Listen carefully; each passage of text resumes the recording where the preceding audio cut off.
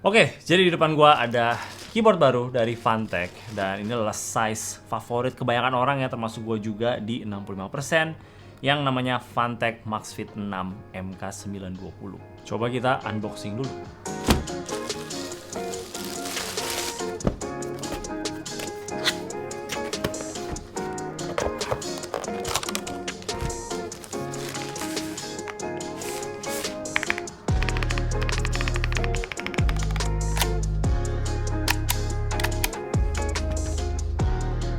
Ini keyboard yang ganteng sih dari sananya ya. Gue suka sama desain escape dan juga enternya. Kita kayak dapat keycaps yang transparan gitu, dan untuk di unit yang warna putih itu kita dapat aksennya warna biru. Kita juga tetap dapat escape dan enter yang biasa kalau misalkan kita mau ganti. Selain itu di dalam boxnya ini standar aja, kita dapat kabel, keycaps dan switch puller, 2 extra switch, kartu garansi dan kartu petunjuk.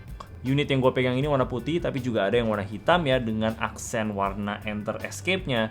Itu kalau nggak salah warna merah pink-pink gitu deh kalau gue lihat dari foto. Untuk switch-nya itu ada 2 pilihan. Yang gue punya di sini adalah switch brown yang dia tuh tactile ya.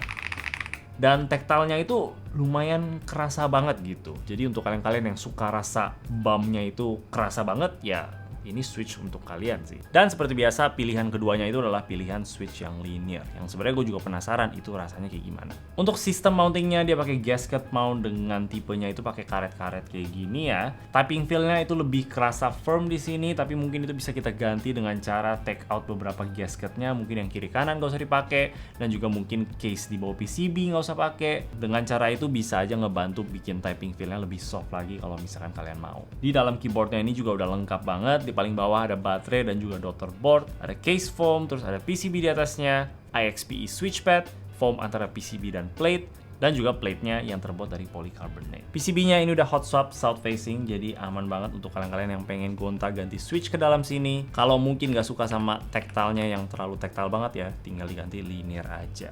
Untuk keycaps-nya di sini pakai PBT double shot cherry profile yang kualitasnya udah bagus banget buat gua, tebel, legendnya kelihatan konsisten, tapi paling untuk preferensi gua kurang suka sama fontnya di bagian modifier, tapi ya itu nggak masalah banget lah. Dan sekali lagi gue suka banget sama aksen escape dan juga enternya di sini. Untuk stabilizernya di unit ini semuanya aman, rasanya enak banget, suaranya juga enak, halus, apalagi enternya ini coba dengar.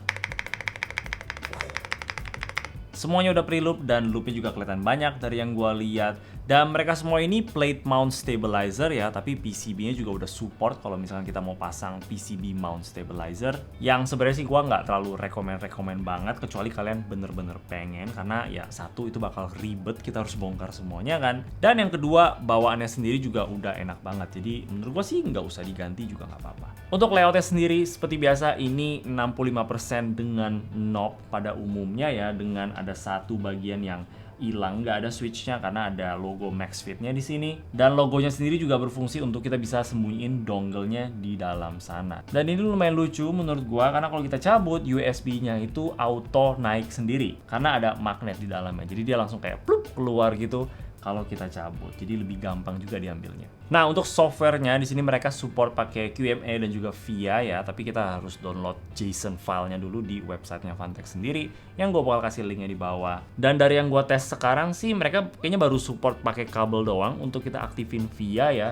Biasanya kalau kita mau aktifin VIA pakai USB dongle, itu bakal ada file terpisah lagi, JSON filenya gitu yang kita harus masukin ke VIA. Dan untuk yang gue download tadi sih nggak ada ya, atau mungkin belum ada lah. Gue rasa sih itu bisa ditambahin lagi ke depannya. Tapi udah pakai VIA, jadi lebih enak juga untuk kita customize keyboardnya ya. VIA juga jadi ngebantu banget, terutama untuk kita yang pakai MacBook, karena sekarang jadi jauh lebih gampang untuk kita program keyboardnya. Pokoknya menurut gue kalau keyboard udah punya VIA sih, ya udah aman banget lah. Jadinya nih keyboard memang sesuai banget sama tagline-nya Fantech yang terbaru, Your Keyboard, Your Rules. Nah, untuk suaranya, menurut gue sih profilnya ini lebih ke talky ya, tapi daripada gue jelasin, coba kita dengerin aja langsung.